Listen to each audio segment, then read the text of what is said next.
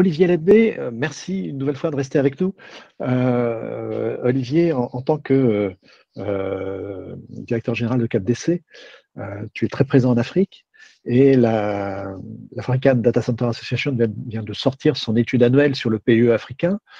Mais avant d'attaquer sur l'étude, c'est le marché du data center en Afrique s'annonce toujours aussi florissant.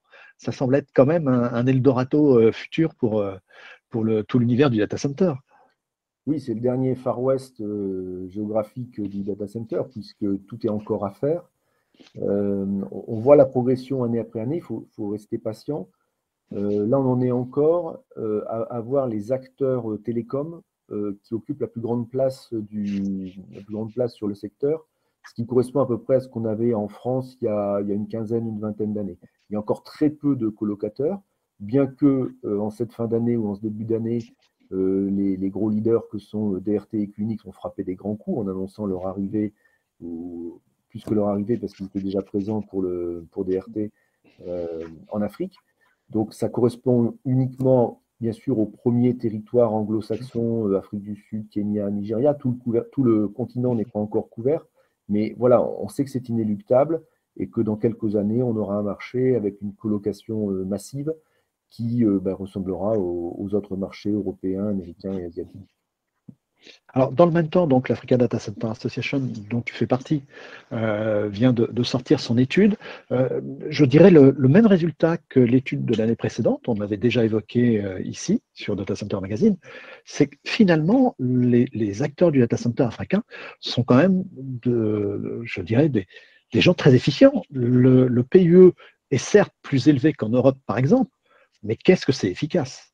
Il y a 2 ans, quand avec l'Africa Data Center Association, on a décidé de lancer cette enquête, notre objectif était d'essayer de montrer aux investisseurs extérieurs que, certes, on aurait du mal à être parmi les meilleurs compte tenu du climat africain, mais qu'il était quand même envisageable économiquement de venir s'installer dans les pays du continent africain.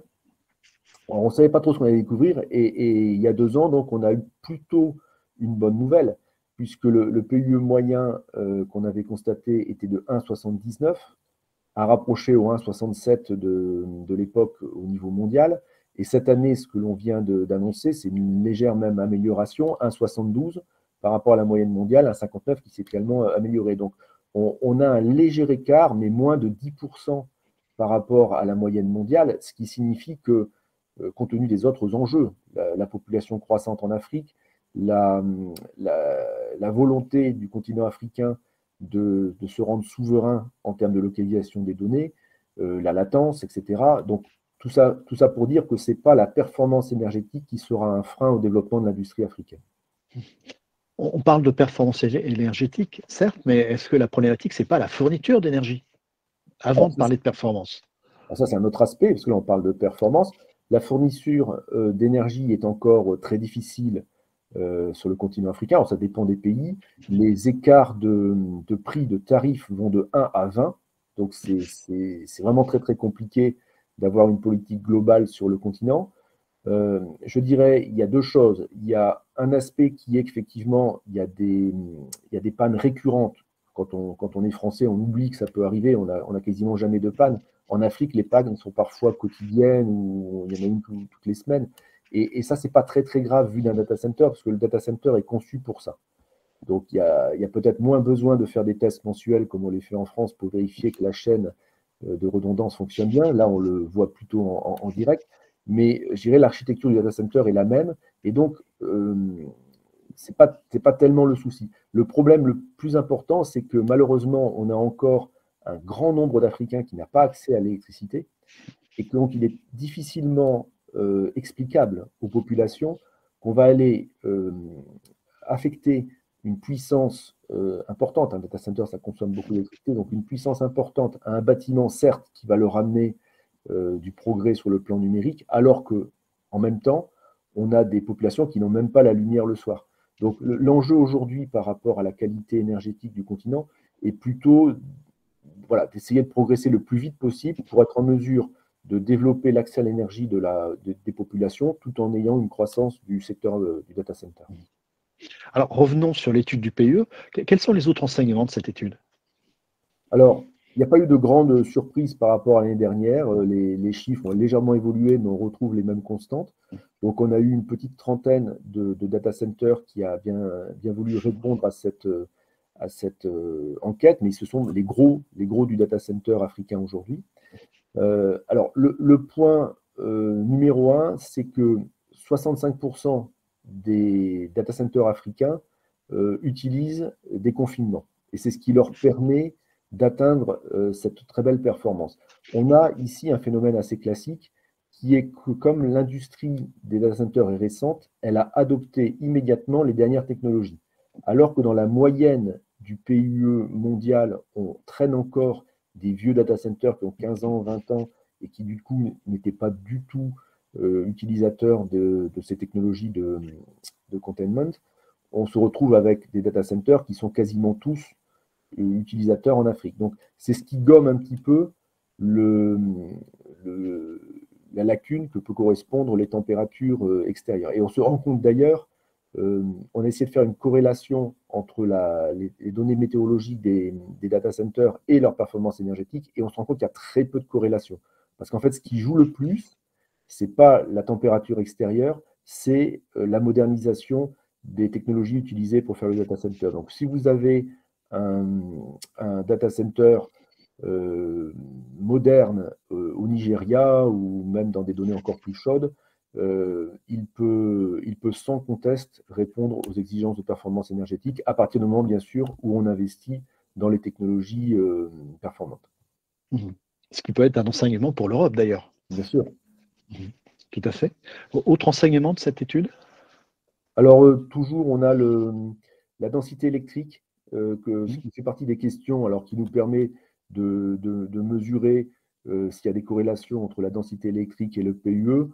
Bon, on se rend compte, mais ce n'est pas tellement technique, c'est que les grandes densités ont les meilleurs PUE, mais c'est pas un aspect technologique, c'est que les grandes densités sont portées par la petite partie de colocation aujourd'hui dans le data center, qui sont les entreprises qui ont les moyens d'investir beaucoup. Donc, c'est un effet plutôt économique qu'un effet technologique.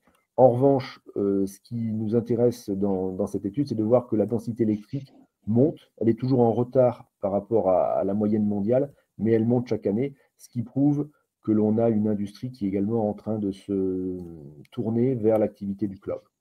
Mhm. Est-ce qu'on peut s'attendre à ce que l'Afrique, qui pour l'instant met plutôt en application les technologies qui sont développées aux États-Unis, en Europe, etc., puisse devenir elle-même leader sur certains domaines? Je pense par exemple au fait que aujourd'hui les data centers africains sont souvent amenés à produire eux-mêmes leur électricité.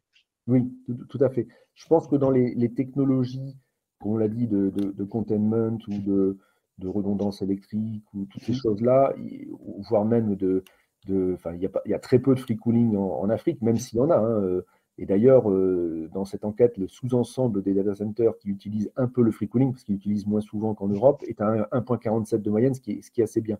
Donc, toutes ces technologies, l'Europe, les États-Unis, l'Asie, je veux dire, aura plus de champs d'investigation pour développer des innovations. À l'inverse, là où l'Afrique peut amener, c'est dans son énergie renouvelable, voire, ce qui n'est pas toujours le cas, avec sa capacité à associer à un data center une réserve foncière qui jouxterait le data center pour pouvoir avoir un peu d'autoproduction d'énergie renouvelable. Euh, donc, clairement, on a un certain nombre de data centers aujourd'hui en Afrique qui utilisent un peu de puissance photovoltaïque en injection directe et pour des pourcentages de l'appel de puissance informatique non négligeables. C'est pas 1%, c'est un petit peu plus. Euh, donc, que ce soit dans le domaine de l'approvisionnement par des sources d'énergie renouvelable, qui bien sûr demain passeront par des batteries à hydrogène pour pouvoir assumer une production 24 heures sur 24, je pense que l'Afrique a largement les moyens d'y arriver. Et là, pour le coup, ce que je disais en préambule, qui était que dans certains pays, le tarif de l'électricité est exorbitant, ça va forcément être une incitation à développer ces alternatives. Donc on n'est pas à l'abri de voir, tout comme l'Afrique l'a déjà montré dans d'autres technologies, par exemple elle est leader dans les technologies de paiement mobile, tout simplement parce qu'elles n'avaient pas les infrastructures que les autres continents possédaient depuis de nombreuses années. On peut s'attendre à avoir des innovations dans le domaine du data center autour de ces sources d'énergie. Merci Olivier Labbé. Merci.